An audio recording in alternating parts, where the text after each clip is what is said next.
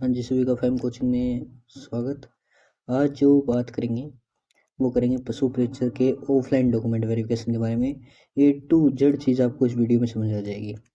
इसमें दो पार्ट रखेंगे हम, एक तो ऑनलाइन वाला, ठीक है, जिनका ऑनलाइन फॉर्म भरा गया, एक जिनका ऑनलाइन फॉर्म नहीं भरा गया, ठीक है।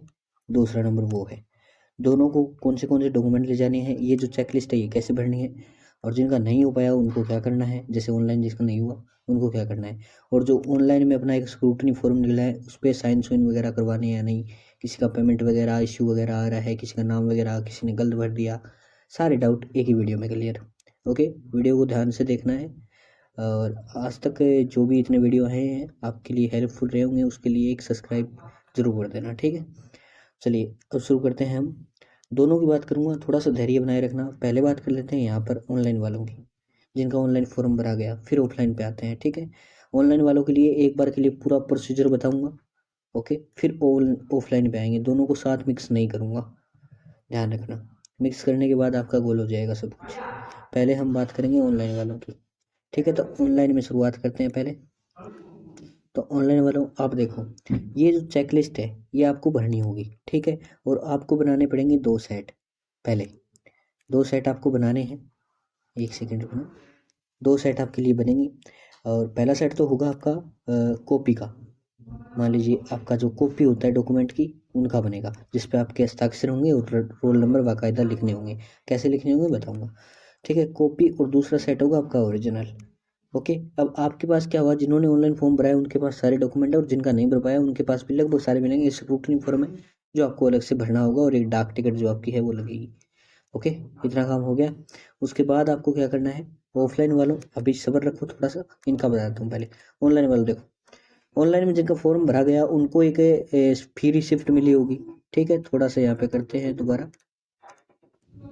देखो, अब जो आपका ऑनलाइन निकला है फी रिसिप्ट, उसमें चाहे पेमेंट नल है या पेमेंट पेंडिंग है, कुछ भी हो, वो आपका जैसा है उसको एक बार फिर से प्रिंट करवा लेना, ठीक है, अपनी एसएसओ से जाके।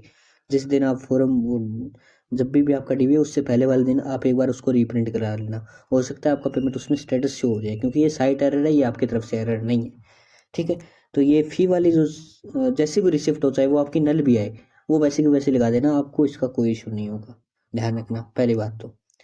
दूसरी बात ये आ गया कि जिसकी जो फॉर्म में कोई गलती वगैरह रह गई, तो देखो आपने जानबूझकर जो गलती की होगी फॉर्म में यदि, तो उसके लिए तो आपको एक एफिडेविट आप लगा सकते हैं चाहे तो, ठीक है। वैसे ऐसी कोई ज़रूरी बात नहीं है। लेकिन अगर आपकी मिस प्रिंटिंग नहीं हुई, आप बोल रहे हैं कि सर मैंने जाति प्रमाण पत्र, जैसे कि एग्जाम्पल दे रहा हूँ मैं, आपके जाति प्रमाण पत्र आपने दिया था, लेकिन जो आपका एक फॉर्म निकला स्लिप, उसमें जो डॉक्यूमेंट कॉलम में दिखाते हैं उसमें दिखा नहीं रहा, शो नहीं हो रहा, या मतलब कोई कोई भी डिटेल है वो ऊपर नीचे शो हो रही है, जैसे 10वीं की मार्कशीट में बीएससी शो हो रहा है, कुछ ऐसा हो रहा है। तो ये जो चीज़ है ये आपकी मिस्टेक नहीं है। आपने अगर सही भरा है वो फॉर्म सही है, वो साइट की मिस्टेक है। ये जब जूनियर अकाउंटेंट है और शुरुआत में जीएनएम का भरा गया था, ये उसी टाइम तक का इश्यू है, ठीक है। सीएचओ जूनियर अकाउंटेंट है और ये संगणक है, जो भी भर्ती हुई थी पीछे, अभी मई में स्टार्ट हुआ था शायद ये, और मई जून में जो भर्ती हुई थी उनमें ये गड़बड़ थी और होती आ रही है। इसमें आपको कोई इश्यू नहीं होगा। आप जो है वो फॉर्म अपना साथ लेना है। अब उस पर क्या है कि एक अटेस्टेशन फॉर्म निकला होगा साथ में, उस पर नीचे साइन मांग रहे होंगे। वो साइन जो दो हैं, आपके गजटेड ऑफिसर का साइन करवाना है, एक में शायद ऊपर आपका होगा, नीचे गजटेड का है, वो देख लेना आप, ठीक है। और मैं विद फोटो टेलीग्राम में डाल दूंगा एक बार कि आपको यहाँ साइन करवाने हैं, यहाँ आपके करने। वैसे अटेस्टेशन फॉर्म में मैंने बता रखा है, सेम वही प्रोसेस है, आपको गजटेड ऑफिसर के साइन करवाने हैं। अब दो समस्या आती है, आप बोलते हो कि सर गजटेड ऑफिसर वही चाहिए जिसके पहले ऑफलाइन बनाया था तब करवाए थे साइन, तो बिल्कुल आप उसी से करवा सकते हैं। वरना ये मतलब ये भी कहीं नहीं लिखा है, ऐसा नहीं है कि संविधान में लिख रखा है कि यही करवाना पड़ेगा उसी का है, ऐसा कुछ नहीं है। पर यह है कि बढ़िया लगेगा आप उसी का करवा लें, ओके। दूसरी बात, चलो ऑनलाइन का मामला समझ आ गया होगा, जो फॉर्म निकला है उस पर साइन वगैरह करवाना है कि नहीं करवाना। अब आपको क्या लेके जाना है क्या नहीं लेके जाना, कैसे साइट तैयार करनी है, उस पर आ जाते हैं। तो देखो, वो पीडीएफ निकाल लेता हूँ मैं, ये रही वो पीडीएफ। ये पीडीएफ मैंने फुल एकल करके यहाँ पे लगाई है, जैसे एकल पीडीएफ है सारी है इसमें। तो ये ऑनलाइन वालों के लिए ये जो नीचे वाले पेज हैं ये कोई काम के नहीं है आपके, ठीक है, ध्यान रखना। ये नीचे वाले पेज आपके कोई काम के नहीं है ऑनलाइन वालों के लिए, ऑफलाइन है उनके लिए काम के है। अब देखो, ऑनलाइन वालों को ये चेकलिस्ट भरनी है, ये दोनों को भरनी पड़ेगी, ऑनलाइन और ऑफलाइन। और ये पहले लगेगी जो आपका कॉपी सेट होगा ना। अब मैं 2 सेट बता देता हूँ पहले यहाँ पे कैसे तैयार करने हैं आपको। दो सेट है, एक सेकेंड, दो सेट है। पहला वाला यहाँ पे आपके ओरिजिनल डॉक्यूमेंट मान लेते हैं हम, यहाँ पे आपके कॉपी डॉक्यूमेंट मान लेते हैं, ठीक है। तो ये जो कॉपी वाला सेट है ये वो अपने पास रख लेंगे, आपको नहीं देंगे। तो एक बात तो आप यहाँ से समझ गए होंगे कि कॉपी में सिर्फ वो डॉक्यूमेंट देने हैं जो आपके काम के नहीं है। ये मान लीजिए जैसे सारे एफिडेविट आपने बनवा रखे हैं ऑफलाइन, वो एफिडेविट आपके कोई काम नहीं आएंगे, वो यहाँ दे देना, ठीक है। जैसे चरित्र प्रमाण पत्र वगैरह है वो कोई काम नहीं आने आपके, वो यहाँ दे देना। अब बात आती है ओरिजिनल डॉक्यूमेंट के, इनका सेट एक अलग से रखना है। अब पहले तो लोग फाइल पूछते हैं, फाइल आप कोई सी भी ले लो यार, 150-200 की फाइल आ जाती है, ओके। वहाँ अपने डॉक्यूमेंट आराम से रख लेना, एक में ओरिजिनल और एक में डुप्लीकेट, ठीक है। अब वो डुप्लीकेट जैसे भी वो डॉक्यूमेंट रखेंगे वो रख लेंगे, बाकी अपना जो जो भी है वो सामान पोटली वो समेट के घर आ जाना, ओके। तो ये ओरिजिनल जैसे है, तो ओरिजिनल डॉक्यूमेंट में आपको जैसे मार्कशीट वगैरह हो गई, उनकी कॉपी तो लगानी है यहाँ पे, ठीक है। एक एक कॉपी सबकी करवा लेंगे। ओरिजिनल है वो आपका चेक करेंगे और चेक करके आपको दे देंगे, इससे मैच करेंगे कॉपी से, ठीक है। तो यहाँ पे आपको सिर्फ वही डॉक्यूमेंट लगाने हैं जैसे आपके मार्कशीट वगैरह हो गए, और जो भी आपका आधार कार्ड वगैरह है, आप उनका क्या कर सकते हैं, आप उनको दोबारा नहीं बनवा सकते, तो वो डॉक्यूमेंट आप अपने पास रखना है आपको ओरिजिनल वाले सेट में। कॉपी वाले सेट में आपको जैसे सारे, एक तो एफिडेविट है वो सारे लगा देने हैं, दूसरी जो आपके ये ओरिजिनल डॉक्यूमेंट आपने साइड में रखे थे ये भी लगाने हैं। अब वो लगाने किस क्रमानुसार है वो हम बात करते हैं जो बोर्ड ने जारी किया है उसके अनुसार, ठीक है। दो सेट तैयार हो गए होंगे। अब सेट पे जो भी आपका अब एक चीज़ बताता हूँ मैं, यहाँ पे सुनो, दो सेट हैं, तो दो सेट पे आपका जो कॉपी वाला सेट है, ठीक है, कॉपी वाले सेट में आपको क्या करना है, पर पेज पर अपना रोल नंबर, ठीक है, और अपना सिग्नेचर, क्योंकि वो सेल्फ अटेस्टेड होता है, तो ये चीज़ आपको मेंशन करनी है पर पेज पे, ओके। और ये कहाँ करना होगा, जैसे ये पेज है तो आपको यहाँ या तो यहाँ जगह खाली मिल जाएगी थोड़ी सी, है यहाँ मिल जाएगी, कहीं भी कर सकते हैं आप, ऊपर भी कर सकते हैं, जहाँ पर आपको जगह मिले वहाँ पर सेल्फ अटेस्टेड करना उसको अनिवार्य होगा कॉपी वाले सेट को। अब आप बोलेंगे ओरिजिनल पे हस्ताक्षर नहीं, ओरिजिनल पे नहीं करने हैं भाई, कॉपी डॉक्यूमेंट पे करने हैं, ओके। या आपके शपथ पत्र है उस पर तो आपके लगभग हस्ताक्षर मिले ही मिलेंगे, रोल नंबर और लिख देना। जैसे किसी पे लिखा होता है ना शपथ ग्राहिता, उसके हस्ताक्षर दिए होते हैं, तो वो भी वैलिड हो जाएंगे, ऐसी कोई दिक्कत नहीं है, बस रोल नंबर मेंशन कर देना, ठीक है। और किसी पे रोल नंबर और साइन दोनों मेंशन होंगे, उस पर करने की जरूरत नहीं है, ओके। ये वहीं हो जाएगा काम, आपको यहाँ पर भी करने की जरूरत नहीं है, साइन वगैरह है नो इशू, कोई दिक्कत नहीं है ज़्यादा, ओके।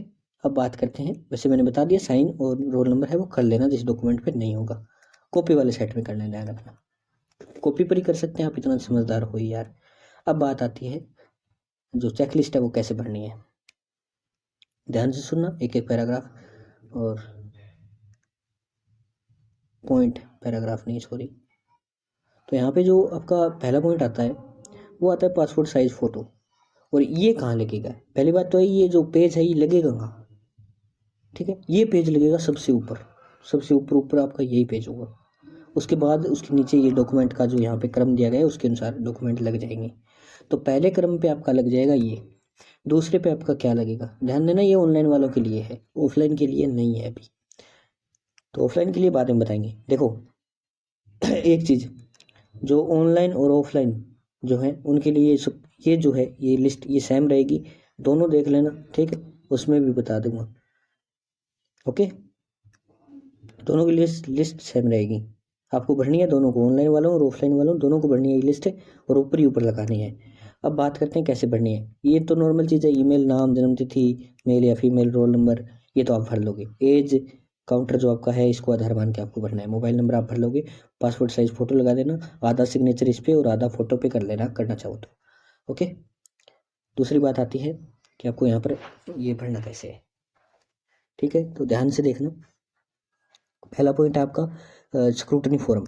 अब जो ऑफलाइन है उनके लिए मैं स्क्रूटनी फॉर्म भरना बताऊंगा, क्योंकि जो उनका रह गया फॉर्म भर नहीं पाए वो ऑनलाइन, तो जिनका रह गया उनके लिए मैं भरना बताऊंगा, तो जो भी भरना बताऊंगा वो स्क्रूटनी फॉर्म आप यहाँ लगा देना, ओके, स्क्रूटनी फॉर्म यहाँ लगा देना। और जिनका ऑनलाइन निकला है, ऑनलाइन वाले हैं, वो भी अपना स्क्रूटनी फॉर्म इसके जस्ट नीचे यानी पहले नंबर पे आपका स्क्रूटनी फॉर्म होना चाहिए, जिनका ऑनलाइन निकला है वो, मतलब स्टूडेंट यूनिफॉर्म लगाना है दोनों को। अब ऑनलाइन निकला है उनकी तो उनके पास स्लिप होगी वो लगा देना है, और जिनका ऑफलाइन है उनको ये जो नीचे दिया गया है इसी पीडीएफ में वो भरना पड़ेगा, वो लगा देना आप, कोई इश्यू नहीं है इस चीज़ का, ओके। तो इस पॉइंट को ध्यान से समझ लेना, बाकी आपके बिल्कुल सेम है सबके, ठीक है, पहला पॉइंट है जो ऑनलाइन और ऑफलाइन में डिफरेंस करता है थोड़ा सा।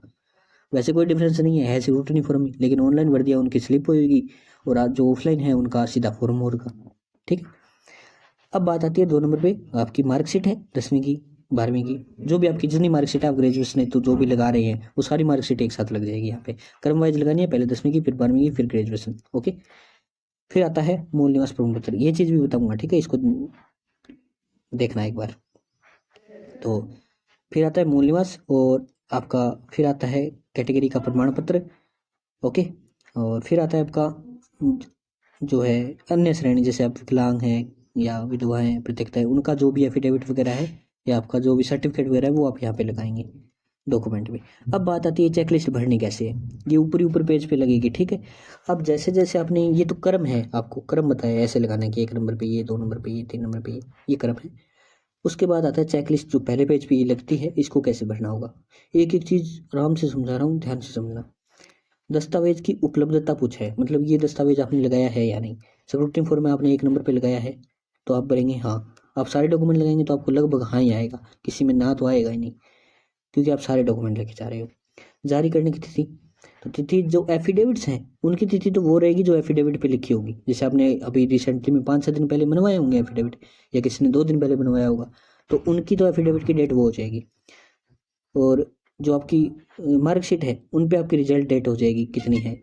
और जो स्क्रूटनी फॉर्म है वो जिस दिन आपने भरा था उसकी डेट हो जाएगी, ऑनलाइन भरा था तो। यदि आप ऑफलाइन अभी भर रहे हैं 1-2 दिन में, तो वो डेट आप यहाँ पे लगा देना। ओके, फिर आती है दस्तावेज पृष्ठ संख्या। अब पृष्ठ संख्या का मतलब क्या है, जैसे आपका स्क्रूटनी फॉर्म है, इसको आप क्या कर रहे हो, पेज नंबर 1 से लेके ये आपका 10 तक है, मतलब आपके 10 पेज हैं इसमें स्क्रूटनी फॉर्म में। मान लीजिए अब पेज आपके दोनों साइड से एक ही गिना जाएगा। जैसे एक पेज होता है उस पर क्या होता है कि हम दोनों साइड नंबरिंग कर देते हैं, जैसे मैंने एक यहाँ कर दिया और एक इसके जस्ट पीछे कर दिया 2 नंबर। तो ऐसा नहीं है, ये पूरा पेज जो है वो एक ही गिना जाएगा। तो आपको यहाँ पे ऊपरी ऊपर यहाँ पे लगाना है 1 नंबर, फिर इस पेज को पलट देना है, फिर दूसरा जो पेज आएगा उस पर 2 नंबर लगाना है। ये आपको क्रम मेंशन करने हैं पेज पे। तो वहाँ पर आपको क्या करना होगा कि 1 से 10 नंबर, जैसे आपका स्क्रूटनी है, मैंने एग्जाम्पल दिया 10 का, स्क्रूटनी हो सकता है 8 का हो, 7 का हो, 6 का हो, 5 का हो। तो जैसे ये, तो आपका ये अगर 5 तक है तो आप 1 से 5 यहाँ पे लिखेंगे। फिर कोई मान लीजिए आपकी मार्कशीट लग रही है आगे, तो वो लग रही है एक ही पेज की, जैसे एक मार्कशीट 10वीं की लगा रहे हो आप, तो वो 6 की हो जाएगी, 6 नंबर पेज हो गया उसका।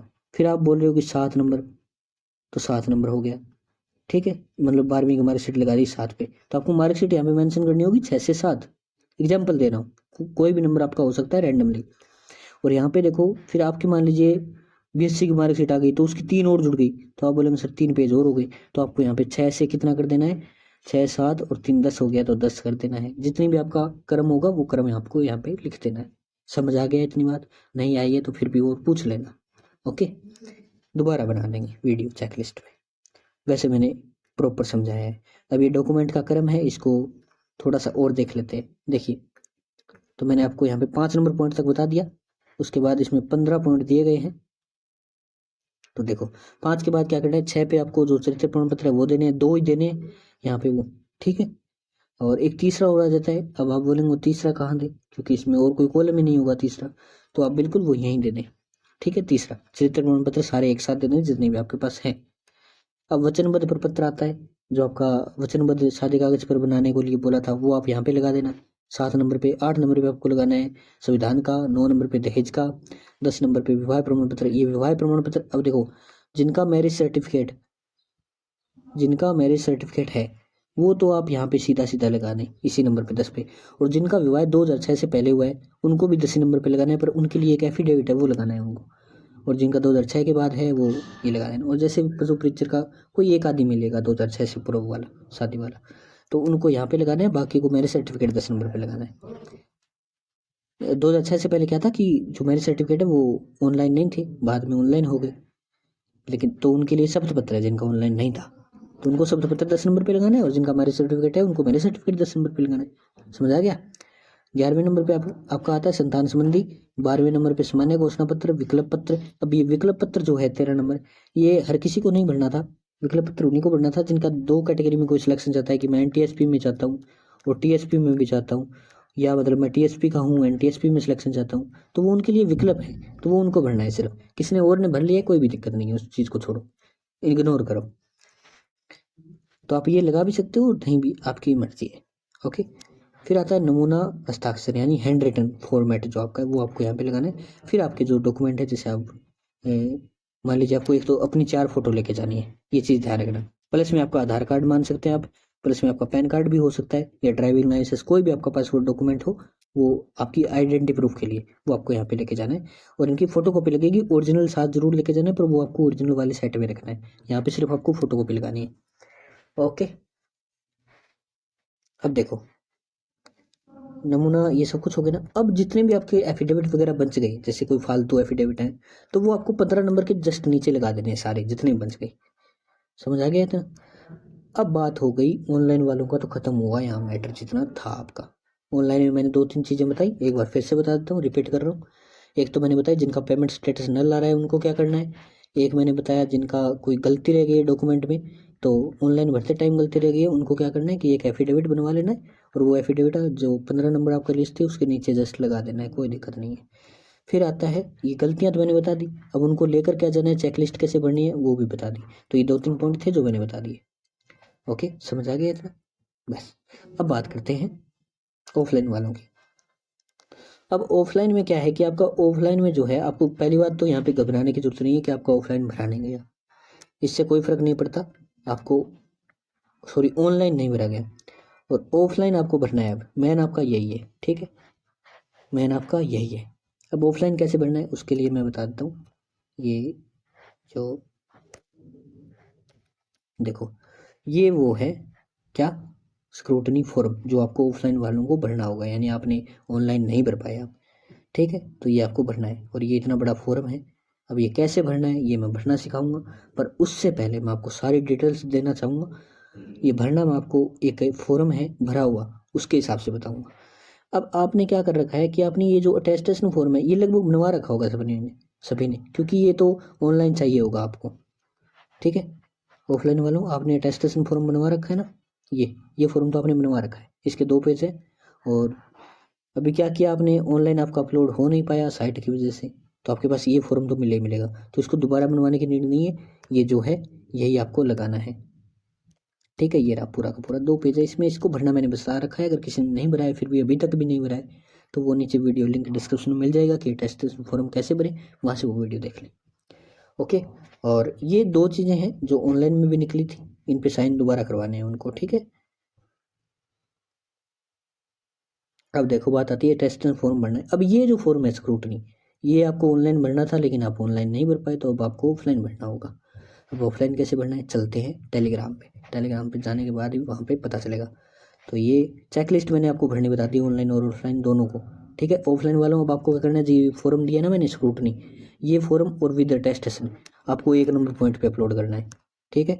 1 नंबर पे आपको यहाँ पे अपलोड करना है scrutiny with attestation form, scrutiny form plus attestation form, ये दोनों हैं वो आपको यहाँ पे अपलोड करने हैं। क्योंकि ऑनलाइन वालों के जो ऑनलाइन निकल गया, और अब ऑनलाइन वालों को एक दिक्कत और भी होगी कि पेमेंट स्लिप कहाँ अपलोड करें, पेमेंट स्लिप भी इसके साथ ही आएगी, ठीक है। और आपका जो पेमेंट है ऑफलाइन वालों वो कैसे होगा वो दिखा देते हैं। चलो टेलीग्राम पे चलते हैं पहले। उससे पहले मुझे एक थोड़ा सा मार्कर ऑन कर लेता हूँ मैं, चाहिए होगा, ठीक है। अब चलते हैं टेलीग्राम पे, ठीक है। तो यहाँ पे मैंने भरा हुआ फॉर्मेट अभी डाला था, ये रहा। और ये लोगों ने पोल डाला है, देखो किसी ने नहीं भरा, ये टेलीग्राम ज्वाइन कर लेना, लिंक डिस्क्रिप्शन में 2 व्हाट्सएप ग्रुप है अपने, वो भी ज्वाइन कर लेना, ओके। तो जो ये पोल है ये मैंने 25% के लिए पूछा था, यहाँ पे 25% लोगों ने वोट किया है कि नहीं भरा, मतलब 600 लोगों ने टोटल वोट किया है, जिसमें से 25% ऐसे हैं जिन्होंने फॉर्म नहीं भरा है। तो 600 का 25% निकाल दो, शायद 125 के करीब आएगा। तो 125 लोगों ने फॉर्म यहाँ पे अपने टेलीग्राम से नहीं भरा है, बाकी और भी लोग होंगे बहुत, अपने में तो 500-700 बंदे ऐड होंगे, तो उन्होंने सबने कवर दिया लगभग, ठीक है। अब बात आती है कि कैसे भरना है ऑफलाइन वालों जिन्होंने फॉर्म नहीं भरा ऑनलाइन। तो ये एक फॉर्म है, ठीक है, तो ये आपको ऐसे भरना है। अब देखो ये जो डाक टिकट होती है, जिसे हम पोस्टल ऑर्डर भी बोलते हैं, ये पोस्टल ऑर्डर जो है ये आपको यहाँ पे पहले फर्स्ट पे लगा देना है। 100 रुपये का पोस्टल ऑर्डर आप नज़दीकी डाक विभाग से ला सकते हैं। भरना आपको किसको है, सचिव राजस्थान कर्मचारी चयन बोर्ड की भर्ती है, तो उनके नाम से भरना होगा। दूसरा जयपुर है, ठीक है, पोस्ट ऑफिस क्योंकि ये आपको जयपुर जो है यहाँ पे जयपुर भरोगे तो यहाँ पे भी आपको जयपुर लिखना होगा, क्योंकि ये जयपुर जमा होगा डाक टिकट। तो यहाँ पे देखो अब अपना नाम, ये जो भी वगैरह है आपका सब कुछ आपका आ जाएगा यहाँ पे, पिन कोड वगैरह, ठीक है। अब देखो ये तो है नॉर्मल, पोस्ट मास्टर का यहाँ पे साइन हो जाएगा और डाक टिकट ये आपका है। बस ये नॉर्मल चीज़ है, ये तो वो आपको बना के दे देंगे डाक टिकट वाले, इसमें आपको कुछ करने की ज़रूरत नहीं है।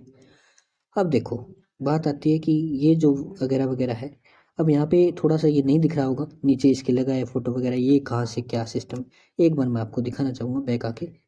तो ये जो फॉर्म है थोड़ा सा मैं फ़ोटो तक दोबारा दिखा देता हूँ इसमें, ठीक है। तो ये यहाँ से दबा हुआ है क्योंकि उसमें यहाँ पे ये इतने पे जो है डाक टिकट लगी है ऊपर ऊपर, तो ये दिख नहीं रहा। तो इसको मैं भरने पहले बताता हूँ। यहाँ पे क्या होगा, यहाँ पे आपका 100 रुपये का जो पोस्ट लोडर है वो लगाना पड़ेगा आपको, तो वो यहाँ पे पूरे पेज पे लग जाएगा, यहाँ पे इतना बड़ा होता है, ठीक है। यहाँ पे आपका फ़ोटो लग जाएगा, बात खत्म, ठीक है। यहाँ पे आवेदन प्राप्ति की तिथि, ठीक है, आपने आवेदन कब किया था और प्राप्तांक आपके क्या है, रोल नंबर और आवेदन क्रमांक देना है। मेरिट क्रमांक आपको यहाँ पे कोई ज़रूरी नहीं है देने की। पोस्ट लोडर नंबर यहाँ पे लिखा होगा इस पे, पोस्ट लोडर पे, वो आपको यहाँ पे लगा देना है। विज्ञापन संख्या आपको यहाँ पे कोई ज़रूरी नहीं है, नहीं देना। पद कोड भी नहीं भरना। पद का नाम आप बिल्कुल पशु परिचर भर सकते हैं। विभाग का नाम आप पशुपालन विभाग यहाँ पे कर सकते हैं, ओके। उसके बाद आता है ये जो चीज़ें हैं, जाति से पूछा है, आप कौन सी जाति से आते हैं, जिस भी जाति से आप आते हैं उस जाति में आप क्लिक कर देंगे, ओके। ये आपको हाँ लिखना है, ठीक है। बात आती है मूल निवास, तो मूल निवास में आपको यहाँ पे राज्य भरना है, जिला भरना है और तहसील भरनी है। और आपका जन्म स्थान कहाँ हुआ है, तो जन्म स्थान जिस जिले में हुआ है, जिस राज्य में हुआ है, जिस तहसील में हुआ है, वो आपको यहाँ पे भरनी है। यदि आप कुछ और भी ऐड करना चाहें तो यहाँ पे कर सकते हैं। बात आती है कैसे फिल करें, हिंदी में फिल करना है, कोई दिक्कत नहीं है, पूरा का पूरा फॉर्म हिंदी में दिया है, हिंदी में ही आपको फिल करना है। अब मैं वो PDF खोल के आपको भरना बताता हूँ ताकि आपको समझ आ जाए साथ साथ। ये इतनी चीज़ें मैंने आपको बता दी। अब बात आती है, देखो यार कल वीडियो नहीं आ पाया, मेरी इच्छा थी डालने की लेकिन कंठ दर्द कर रहे थे। आज भी थोड़े थोड़े हैं, सब्सक्राइब कर लेना, बस आपके लिए होते हैं ये, ठीक है। तो एक एक चीज़ ध्यान से बता रहा हूँ, सुनते जाना। और देखो अब यहाँ पे देखो, यदि आप महिला हैं तो आप किस तरह के हैं, या पुरुष हैं तो किस तरह के हैं, मतलब विवाहित हैं, विधवा, जो भी है, ये महिला के लिए है। यदि आप पुरुष हैं तो आप यहाँ पे कट रखेंगे, ये नॉर्मल चीज़ है। अब विशेष योग्यजन मतलब जो PH कैटेगरी से आते हैं, जो विकलांग होते हैं उनके लिए है ये, जैसे दृष्टिहीन है या मूक बधिर है, तो आप कुछ भी नहीं है तो यहाँ पे क्रॉस रखेंगे। बिल्कुल समझ आ गया होगा। यदि आप किसी भी कैटेगरी से बिलोंग करते हैं तो आपको राइट मार्क करना है, ओके। तो यहाँ पे भूतपूर्व सैनिक, उत्कृष्ट खिलाड़ी और ये NCC वगैरह, ठीक है, जिस कैडेट से आप बिलोंग करते हैं उस पर आप साइन करेंगे, बाकी आप क्रॉस टिक करेंगे, ओके। अब बात आती है नॉर्मल फॉर्म, जैसे सेवारत कर्मचारी, जैसे आप पहले जैसे गवर्नमेंट जॉब में हैं तो वहाँ पे आपको नो करना है। लगभग आप में से कोई गवर्नमेंट जॉब में नहीं मिलेगा। अगर आप पहले गवर्नमेंट जॉब में होते तो पशु परिचर के धक्के नहीं खाते मेरे हिसाब से। फिर भी कोई है, मतलब मिलेंगे, ऐसी बात नहीं है, तो मिलेंगे। तो अगर कोई है तो उसका आप लिख देना कौन सा विभाग है, ठीक है। आवेदक का पूरा नाम, अब आता है आपका फॉर्म भरना स्टार्ट, थोड़ा सा लंबा हो जाएगा फॉर्म, ठीक है।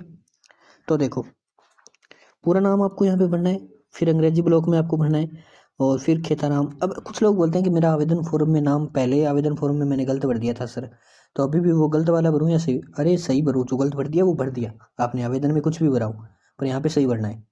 जिसने गलत भर रखा है उस चीज़ का एफिडेविट लगा दो। कुछ लोग बोलते हैं सर ये गलती है, मार्कशीट वगैरह, और कुछ लोग ये भी बोलते हैं कि सर मेरे पास करेक्टर सर्टिफिकेट इसका है तो मार्कशीट उसकी लगा दूंगा। बिल्कुल लगा दो, कोई दिक्कत नहीं है, इस चीज़ का कोई इशू नहीं है। इशू बनाए मत करो, थोड़ा सा कॉमन सेंस यूज किया करो, सही है सब कुछ। बस पिता का नाम, माता का नाम और आवेदक की जो जन्म तिथि है वो आ जाएगी। तो भाई लोगों, कुछ लोग अपने वीडियोज कॉपी कर रहे हैं, मैंने देखा भी था, एक वीडियो आया था मेरे सामने थंबनेल वगैरह, और उसके अंदर जो मैंने बातें बोली थी वो सेम उन्होंने चिपका दी कि हमारा अनुभव है, अनुभव के आधार पे हम बता रहे हैं। अरे एक बात समझ नहीं आती, जब ऑनलाइन फॉर्म भरा गया था ना, एक चीज़ बताता हूँ आपको, जब ये स्टार्ट हुए थे, तो मेरे चैनल के अलावा ऐसा कोई चैनल नहीं था जिसने ऑनलाइन फॉर्म भरना बताया था। तो अभी जो कुछ लोग आ रहे हैं न्यू न्यू लोग, तो वो बता रहे हैं कि हमने उस टाइम ऐसे वैसे, मतलब यार इतने मतलब फेंकू हो सकते हैं लोग, मैंने सोचा नहीं था। ठीक है, तो ऐसे लोगों से बचें, ध्यान रखें। मैं अपना एक्सपीरियंस शेयर कर रहा हूँ, और अपने आप चेक भी कर सकते हैं अपना चैनल। अपन 5-6 महीने जैसे ये ऑनलाइन स्टार्ट हुआ था, सबसे पहले वीडियो हमारी थी। ओके, और जो अपनी पॉपुलर वीडियो है आप उसमें देखेंगे तो उसमें लिखा होगा जूनियर अकाउंटेंट का स्क्रूटनी फॉर्म कैसे बने, सीएचओ का कैसे बने, एएनएम का कैसे बने, सब बताया है मैंने A to Z चीज़ें। तो कुछ लोग कॉपी करते हैं, उनसे बचे। वो अपना अनुभव शेयर नहीं कर रहे, वो अनुभव इतना शेयर कर रहे हैं किसी का कॉपी पेस्ट वीडियो डाल रहे हैं। और उसमें तो मेरे को ऐसे ही पता चल गया था कि उसने मेरा थंबनेल लगा रखा था, और जो है अंदर जो वीडियो में बात बोली गई थी मैंने देखा था, अंदर जो वीडियो में बात बोली गई थी सेम जो मैंने आपको बोली थी वो चिपका रखी थी। फिर भी आप लोगों को समझ नहीं आता है क्या, पता नहीं, फिर भी उस पर व्यूज़ अच्छे खासे थे। ठीक है, तो अपने को ये मतलब नहीं है कि अगला क्या कर रहा है। ठीक है, अपने को मतलब ये आप उस चीज़ से बचें कि कोई बोल रहा है इतना एक्सपीरियंस है, पर वो चेक करें यहाँ पे कितना उस बंदे ने वीडियो डाली थी क्या उस टाइम, 5-6 महीने पहले जब ये स्टार्ट हुआ था। ठीक है, तो देख लेना चीज़ें, इनसे थोड़ा बचा करो। तो यहाँ पे देखो, नागरिकता आपकी भारतीय है, हिंदू, यहाँ पे फॉर्म आप देख देख के बिल्कुल आसानी से भर लोगे। अब मैं जल्दी जल्दी थोड़ा बता देता हूँ, वीडियो लंबा हो गया। वैसे वैवाहिक स्थिति आपकी अवैध है तो आप हाँ करेंगे, वरना आप क्रॉस रखेंगे। और एक चीज़ बताता हूँ, जो आप राइट मार्क करते हो ना, तो आपको यहाँ पे राइट मार्क नहीं करना है किसी भी चीज़ पे, आपको हाँ लिखना है। ये चीज़ ध्यान रखना है। ठीक है, हाँ लिखना है, राइट मार्क को नहीं करना है। ठीक है, जहाँ राइट मार्क करना होगा वहाँ बता दूंगा। जैसे मैंने अभी यहाँ पे बोला, जो आप जिस कैटेगरी से वो राइट मार्क कर सकते हैं। तो राइट मार्क का मतलब ये नहीं है कि आप ये राइट मार्क लिखेंगे, इसका मतलब है हाँ हाँ लिखेंगे।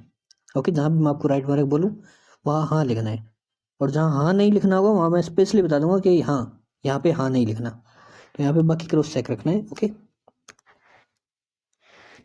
वैवाहिक विवरण, विवाहित होने की स्थिति में, यानी आप का आपकी शादी जिसके साथ हुई है, या आपका मैरिज सर्टिफिकेट जिनके साथ बना है, तो वो मैरिज सर्टिफिकेट यदि आपके पास है तो आप यहाँ पे एन आपको नहीं करना है। यदि आप अविवाहित हैं तो ही आपको एन करना है, बाकी आपको नोट अवेलेबल नहीं करना है। यदि आपके पास है विवाह का विवरण, यानी आपके पास मैरिज सर्टिफिकेट है, तो आपको यहाँ पे हाँ लिखना है। अब कुछ लोग बोलेंगे सर आवेदन में तो नहीं लिखा था कि नहीं है, लेकिन अब है, तो अब है तो आप बिल्कुल आप यहाँ पे हाँ लिखेंगे। अब आप बोलेंगे सर कि मैरिज सर्टिफिकेट नहीं बना लेकिन शादी तो हो गई, तो आप बिल्कुल आप फिर भी आप यहाँ पे हाँ लिखेंगे। और फिर आपको क्या करना है, आपका पति और पत्नी का नाम और विवाह तिथि यहाँ पे डाल देनी है, विवाह स्थान डाल देना है। पंजीयन संख्या आपके पास नहीं होगी क्योंकि आपका मैरिज सर्टिफिकेट बना नहीं है, जिनका बना है वो यहाँ पे डाल दो। पंजीयन स्थान वो भी नहीं है आपके पास, क्योंकि वो मैरिज सर्टिफिकेट पे लिखा होता है। ये भी पंजीयन अधिकारी ये भी नहीं है आपके पास। तो जिनके पास मैरिज सर्टिफिकेट है उनको ये 3 कॉलम भरने हैं, और जिनके पास नहीं है उनको एफिडेविट लगाना है, ये 3 कॉलम नहीं भरने। बाकी ये जरूर पढ़ने हैं, क्योंकि ये तो आपको पता ही होगा ना किसके साथ विवाह हुआ है। ओके, तो ये चीज़ है। अब बात आते हैं दूसरे पृष्ठ पे आते हैं। ये रहा यार, पूरा भरा हुआ है, मैंने सेकंड पेज चेक ही नहीं किया। देखो वो पोस्ट लोडर था, और ये इसमें भरा हुआ भी है, आप देख लेना। ठीक है, ये हमने देखी नहीं थी। अब आप बोलेंगे तो ये वो पेज है वो फिर से भूल गया। अगर आप यहाँ पे विज्ञापन संख्या अगर आप भरना चाहो ना, तो आप भर सकते हो वहाँ पे। ठीक है, क्योंकि वो आपकी जो विज्ञप्ति है उस पर लिखा होगा। विज्ञप्ति जो आपकी 2023 में आई थी ना, उस पर लिखा होता है। भरना चाहो तो भर सकते हो, वैसे कोई नीड नहीं है। और ये सब मैंने बता दिया, पद का नाम वगैरह लिख देना आप, ये बता दिया। अब इसकी बारी आती है 2 नंबर की संतान विवरण की। यदि आपके संतान नहीं है, आप विवाहित है, तो आपको नोट अवेलेबल रखना ही है, बात खत्म। यदि आपके है तो आप 1 या 2 संतान का विवरण यहाँ पे दे सकते हैं। 2 से ऊपर देंगे तो आप भर्ती से वैसे बाहर हो जाएंगे। इतना हो गया। अब कुल संतान की संख्या, जो अविवाहित है वो यहाँ पे 0 0 रखेंगे दोनों पे, जिनके संतान नहीं है। ठीक है, और जिनके संतान मान लीजिए है, तो उनके 2 कंडीशन होंगी, या तो 2002 से पहले की होगी या 2002 से बाद की होगी। मोस्ट ऑफ 2002 के बाद मिलेंगे, तो वो आप यहाँ पे संख्या दर्शा देना 1 या 2। और जिनके 2002 से पूर्व की कोई संतान है तो वो यहाँ पे संख्या दर्शा देना 1 या 2। समझ आ गया। एक कुछ लोग पूछते हैं जो पोस्ट ऑर्डर है वो अभी पहले भेजना होगा या हम जो है साथ लेकर जाए, तो वो आपको साथ लेके जाना है। ठीक है, पोस्ट ऑर्डर इसी पे लगा के अटैच करके।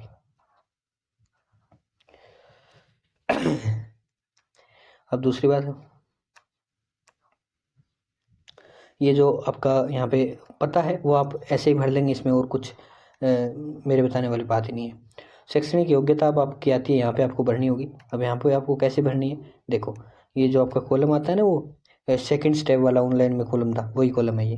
तो यहाँ पे आपको प्राप्तांक लिखने हैं, कितने में से कितने मैट्रिक यानी 10वीं क्लास है, फिर 12वीं है, उसके बाद स्नातक वगैरह है, आपका बीएड वगैरह है, जो आप यहाँ पे बीएड स्पेशली मेंशन है, तो यहाँ पे मेंशन कर सकते हैं। तो यहाँ पे आपके जितने नंबर होंगे उसमें से आपके कितने नंबर आए वो लिखने हैं, फिर आपके परसेंटेज आपको कैलकुलेट लिखने होंगे, और श्रेणी या ग्रेड आपको लिखने होंगे, ग्रेड आपका जैसे फर्स्ट डिवीजन है या सेकंड डिवीजन है वो आ जाएगा। और वर्ष क्या है, वर्ष जैसे आपने 2015 में की थी या 2017 में की थी, जिस साल आप पास आउट थे वो आपको लिखनी है। जैसे आपने 2016 से मान लो जी 17 की थी, 2016 से 17, तो आपको 2016 वाला नहीं लिखना, जिसमें आप पास आउट थे वो लिख। उसके बाद आता है कि आपका विषय कौन सा था, तो 10वीं तक तो अपने सभी विषय होते हैं। उसके बाद आता है पीसीएम या पीसीबी, जो भी आपका है वो लिख सकते हैं आप। पूरा लिखने की जरूरत नहीं है, यहाँ पे पीसीबी या पीसीएम ऐसे ही लिख सकते हैं, वो सर्वमान्य होता है। और कोर्स की अवधि जैसे 1 साल होती है 10वीं 12वीं, और बीएससी बीएड वगैरह ये 3 साल की भी होती है, किसी की 4 साल की होती है। तो जिसका कॉमन फैक्टर है वो तो अपनी बीएससी यहाँ पे 4 साल ही दर्शाएंगे, और बीएड भी यहाँ पे 4 साल ही दर्शाएंगे, ठीक है, ओके। और जिसका जैसे मतलब 4 साल में बीएससी बीएड होता था तो वो यहाँ पे 4 4 रखेंगे, या आप ऐसे कर सकते हैं 3+1 कर सकते हैं, यहाँ पे 3 और यहाँ पे 1। पर जिनका बीएससी 3 साल का है स्पेशली वो 3 साल का करेंगे, जिनकी बीएड 2 साल की वो 2 साल की करेंगे। रोल नंबर वगैरह यहाँ पे आपको लिख देने हैं, और यहाँ पे आप बोलेंगे सर रोल नंबर लिखें कौन से, अलग अलग होते हैं, first year second year third year, तो थर्ड ईयर का जो रोल नंबर है वो यहाँ पे लिख देना आप। फिर आता है बीएससीआर अजमेर, आपने कहाँ से बोर्ड कहाँ से की थी, फिर आपका रोल नंबर क्रमांक आता है, ठीक है। वैसे आपने यहाँ पे रोल नंबर भर दिया है तो ये क्रमांक है, ये है, इसकी कोई ज़रूरत नहीं है, खाली छोड़ सकते हो इसको, सारे भर लिए। अब यहाँ पे यदि आपने अन्य कोई जैसे कोर्स किया है, जैसे मैंने बोला था आपको ऑनलाइन में बोला था, यदि आपने RSCIT का रखा है तो आप दे सकते हैं बिल्कुल, तो यहाँ पे RSCIT का भी आप विवरण दे सकते हैं, ओके। फिर आता है कि इंटर्नशिप, तो आपको यहाँ पे इंटर्नशिप पे नो रखना है, किसी कोई भी नहीं करना। और ये आता है RNC, ये उनके लिए होता है जो CHONM नर्सिंग करती है ना, उनके लिए है, ये आपके लिए नहीं है, तो आपको यहाँ पे भी कुछ नहीं करना है, इसको खाली छोड़ना है, ठीक है। या आप यहाँ पे नोट अवेलेबल कुछ भी कर सकते हैं, आपको कुछ नहीं करना है यहाँ पे, ओके। संस्था का नाम, ये रजिस्टर ये इसी का है, ऊपर वाले कॉलम का, सह का, इसको आपको कुछ नहीं करना। अनुभव आपके किसी के पास नहीं होगा, इसको खाली रखना है। जिनके पास है वो संस्था का नाम डाल दीजिए जहाँ से आपने कोई काम किया है, पहले आप कोई विभाग में थे, मान लीजिए बोर्ड कर्मचारी थे, तो यहाँ पे उसका जो है अनुभव अवधि डाल सकते हैं वगैरह वगैरह। उसके बाद आता है, जल्दी जल्दी बता रहा हूँ मैं ऑफलाइन वालों के लिए ताकि उनको आसानी हो जाए। वैसे ये पूरा फॉर्म भरा हुआ है। अब यहाँ पे यदि आप पहले से कार्यरत हैं तो भी आपको यहाँ पे भी कुछ नहीं करना, ठीक है, मतलब जो नए बंदे हैं उनके लिए है ये। यदि आपने कोई पुरस्कार वगैरह अर्जित किया है तो आप यहाँ पे अपनी लाइन वगैरह जो पढ़ के हैं, आयु सीमा में छूट चाहते हैं या कुछ और, तो यहाँ पे आपको कुछ भी नहीं करना, लगभग आप अपने अकॉर्डिंग है, यदि आप पढ़कर कुछ जो आप देना चाहो दे सकते हो, ओके। यदि आप किसी विभाग से दंडित हुए हो कोई परीक्षा में तो उसका कारण वगैरह तो ये कोई नहीं मिलेगा, इसको भी कट रखना है। सब्स्टिट्यूट घोषणा है, इसमें आपके साइन और जो आपकी आज की डेट हो, जिस टाइम ये फॉर्म भर रहे हो वो डेट लगानी है, आपका नाम हो जाएगा, ओके।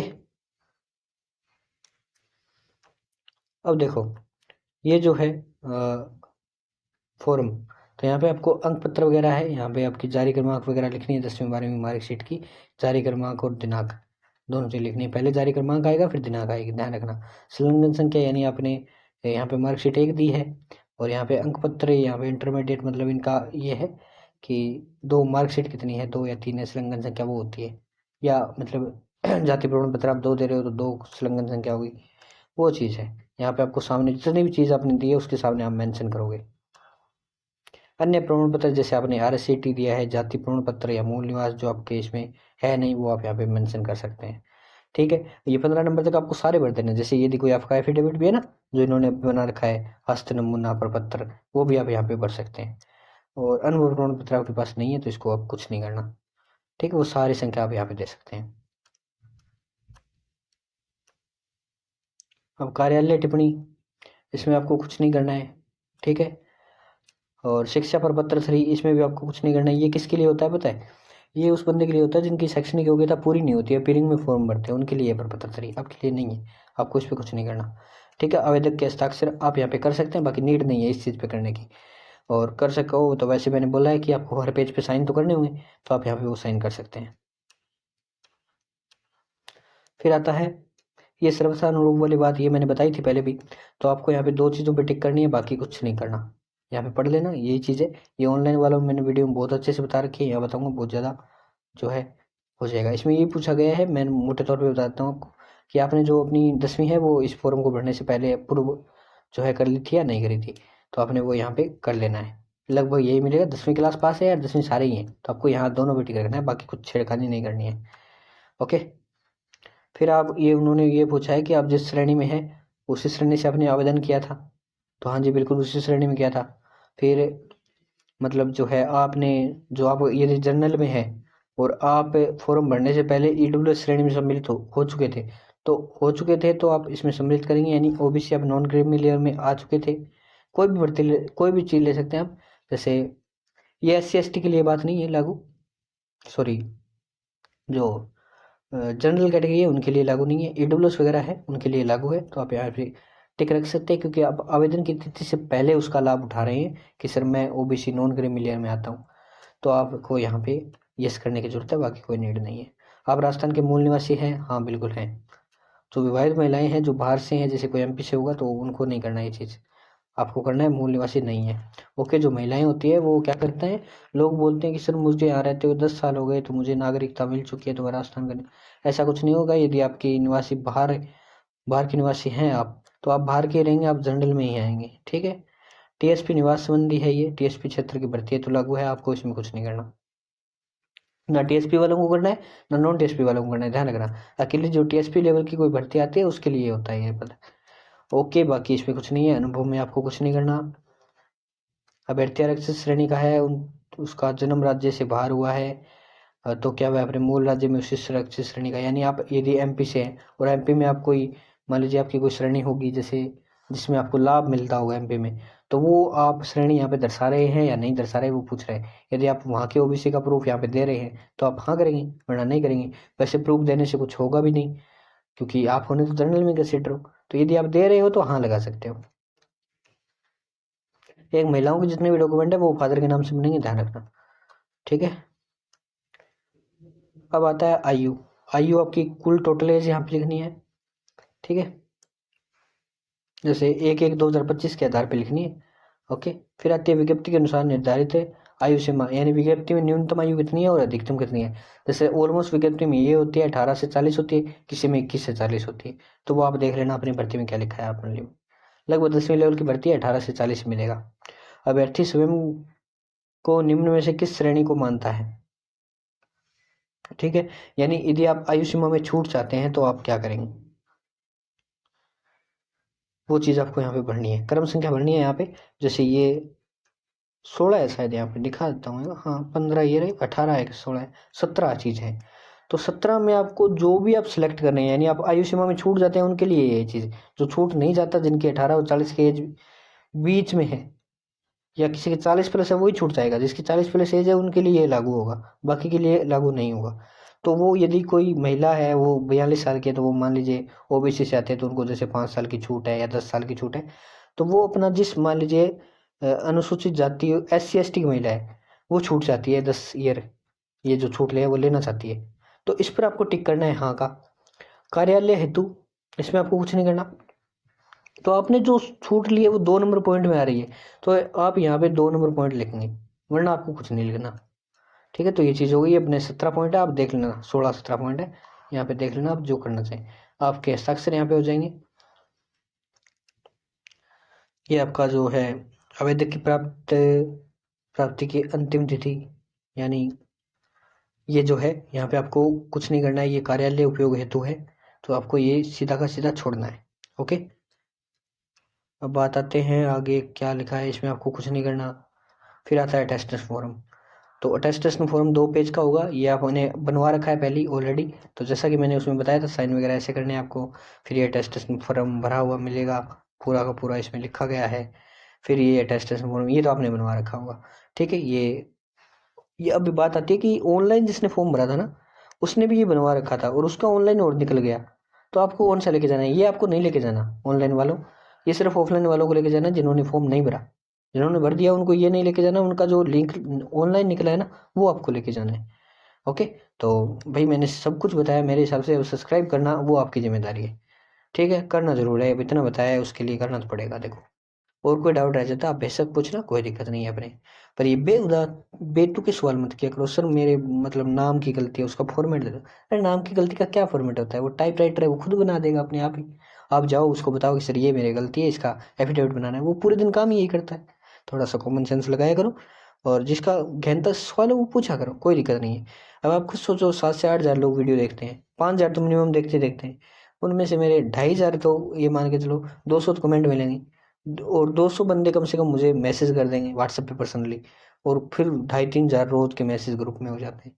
थोड़ा सा ख्याल रखा करो, जो चीज़ जरूरी हो, जो आपको समझ ना आए, वो बेशक पूछो आप, पर वीडियो आप पहले पूरा देखा करो। मैं फुल डाउट बताता हूँ आपके।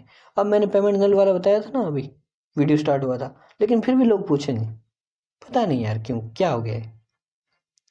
तो एक टेलीग्राम ग्रुप है, उसे ज्वाइन कर लेना, एक व्हाट्सएप ग्रुप है, व्हाट्सएप आपको नॉन नर्सिंग वाला ज्वाइन करना है, नर्सिंग वाला नहीं करना, लिंक दोनों के डिस्क्रिप्शन में है। ओके, तो मिलते हैं अपन नेक्स्ट वीडियो में, तब तक के लिए जय हिंद जय भारत। सब्सक्राइब करके जरूर जाना, वो मत भूल जाना। ओके।